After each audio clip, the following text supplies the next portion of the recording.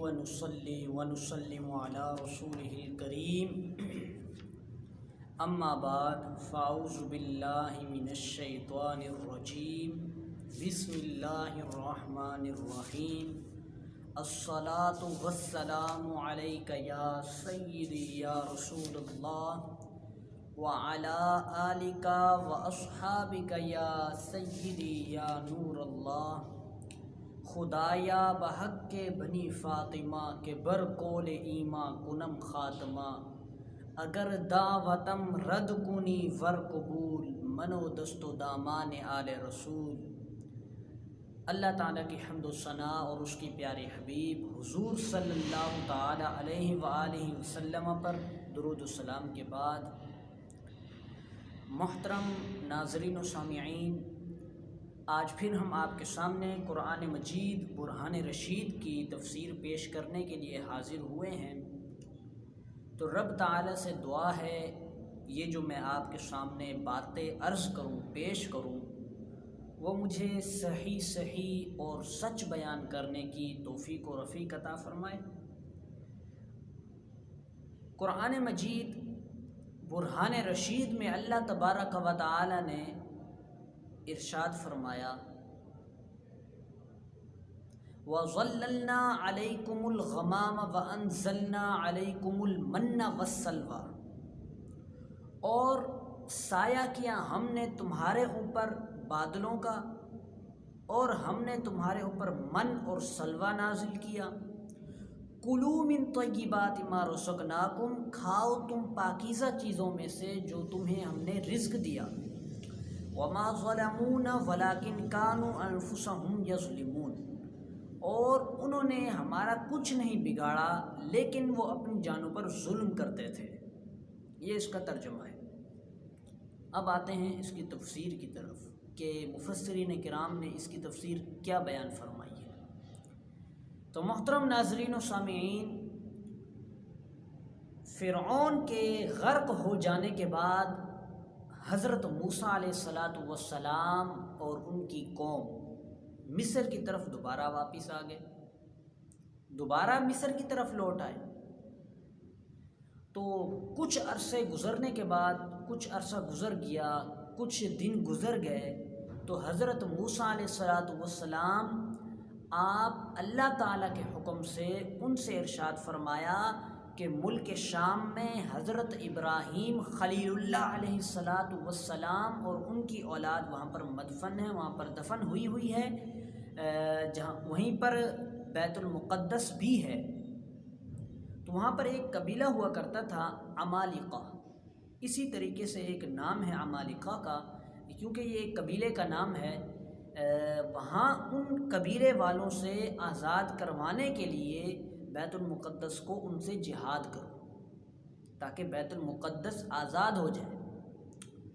تو بنی اسرائیل چونکہ ان کے لیے مصر کا چھوڑنا، اپنا وطن چھوڑنا ان کے لیے تکلیف دہ تھا، بہت مشکل تھا۔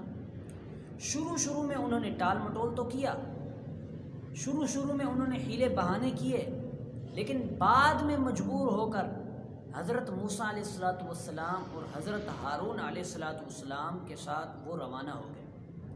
جیسے راستے میں ان کو کوئی تکلیف پہنچتی، کوئی سختی پہنچتی، تو آ کر وہ حضرت موسیٰ علیہ السلام کی بارگاہ میں شکایت کرتے، پیش کر دیتے تھے۔ پھر کچھ سفر گزر گیا، ایک صحرا میں وہ گئے، بنی اسرائیل پہنچے ایک صحرا میں، جہاں پر نہ تو سبزہ تھا، نہ کوئی سایہ تھا، نہ کوئی غلہ تھا، کچھ بھی نہیں تھا۔ انہوں نے حضرت موسیٰ علیہ السلام کی بارگاہ میں دھوپ کی، گرمی کی، بھوک کی شکایت کی۔ تو حضرت موسیٰ علیہ السلام آپ اللہ تعالیٰ کی بارگاہ میں گئے، آپ نے اللہ کی بارگاہ میں دعا کی، تو اللہ تبارک و تعالیٰ نے آسمان سے ایک نورانی سفید بادل بھیجا کہ اسی آیت میں یہی فرمایا گیا وَظَلَّلْنَا، اور سایہ کیا ہم نے، یعنی کہ آسمان سے ایک بادل بھیجا جو ان پر رات اور دن سایہ کرتا تھا، چاہے دن ہو چاہے رات ہو، سایہ کرتا رہتا تھا۔ اور پھر آسمان سے اللہ نے ایک نورانی ستون بھیجا، نورانی ستون چاند کی طرح چمکتا تھا، یعنی جب رات کے وقت چاند چھپ جاتا تھا، چاند ظاہر نہیں ہوتا تھا، تو ان ان کے لیے اندھیرا ہوتا تھا، تو اندھیرے کی وجہ سے اللہ تعالیٰ نے ان کے لیے ایک نورانی ستون آسمان سے نیچے اتارا جو ان کو روشنی دیتا تھا۔ جب چاند روشنی نہ دیتا تھا، ختم ہو جاتا تھا، ظاہر نہ ہوتا تھا، پھر وہ ستون جو نورانی ہوتا تھا وہ روشنی دیتا تھا چاند کی طرح۔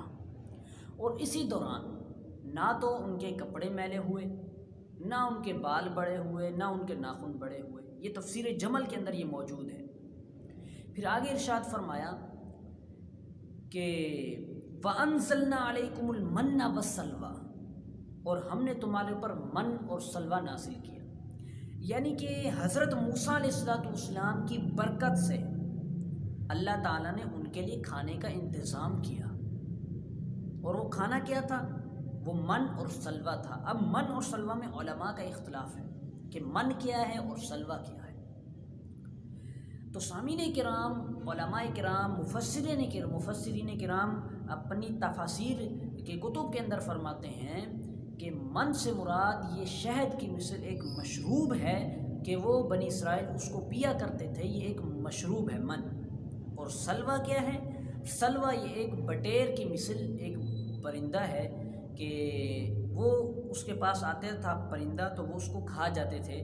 ایک روایت میں یوں آتا ہے کہ وہ پرندہ بھونا ہوا آتا تھا ان کے پاس، وہ کھا جاتے تھے۔ اور ایک روایت میں آتا ہے کہ جنوبی ہوا اس پرندے کو لے آتی تو بنی اسرائیل اس کو پکڑ کر ذبح کر دیتے، ذبح کر کے پکا کے وہ کھا جاتے تھے، اس لیے یہی کہا گیا۔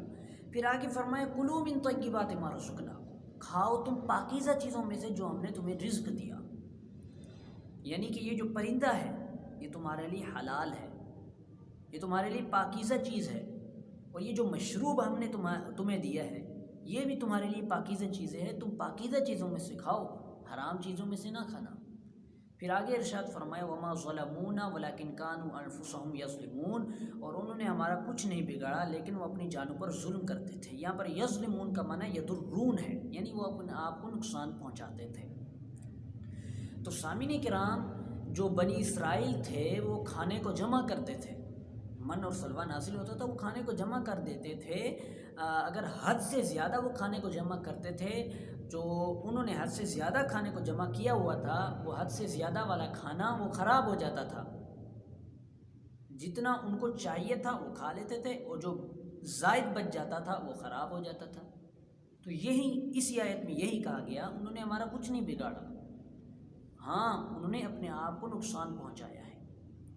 تو سامعین کرام، ہمیں چاہیے کہ ہم اللہ تعالیٰ کی پاکیزہ چیزیں کھائیں، اللہ تعالیٰ کی حلال کردہ چیزیں کھائیں، جن چیزوں سے اللہ تعالیٰ نے ہمیں منع فرمائے اس سے رکیں، جن چیزوں کو اللہ نے ہم پر حرام فرمایا ہے ان چیزوں سے ہم رک جائیں۔ شراب کو اللہ نے حرام فرمایا، اس کے قریب بھی نہ جائیں ہم۔ اسی طرح حرام جانور ہیں، ان کو حرام فرمایا، ان کے قریب نہ جائیں۔ بہت سے ایسی چیزیں ہیں کہ جن چیزوں کو اللہ نے ہمارے اوپر حرام فرمایا ہے لیکن پھر بھی ہم اس کو کھا رہے ہوتے ہیں۔ حرام کردہ چیزوں سے اللہ تعالیٰ سے دعا ہے کہ ہم بچیں۔ کلوا من طیبات ما رزقناکم، اللہ نے پاکیزہ چیزیں دی ہوئی ہیں ہمیں، ہم وہی اسی چیز کو کھائیں۔ پاکیزہ چیزیں تو بہت ہیں، ہمیں چاہیے کہ ہم پاکیزہ چیزوں کو کھائیں، حرام کردہ چیزوں کی طرف نہ جائیں۔ تو رب تعالیٰ سے دعا ہے یہ جو میں نے آپ کے سامنے باتیں عرض کی ہیں ان سب کو اپنی بارگاہ میں قبول و منظور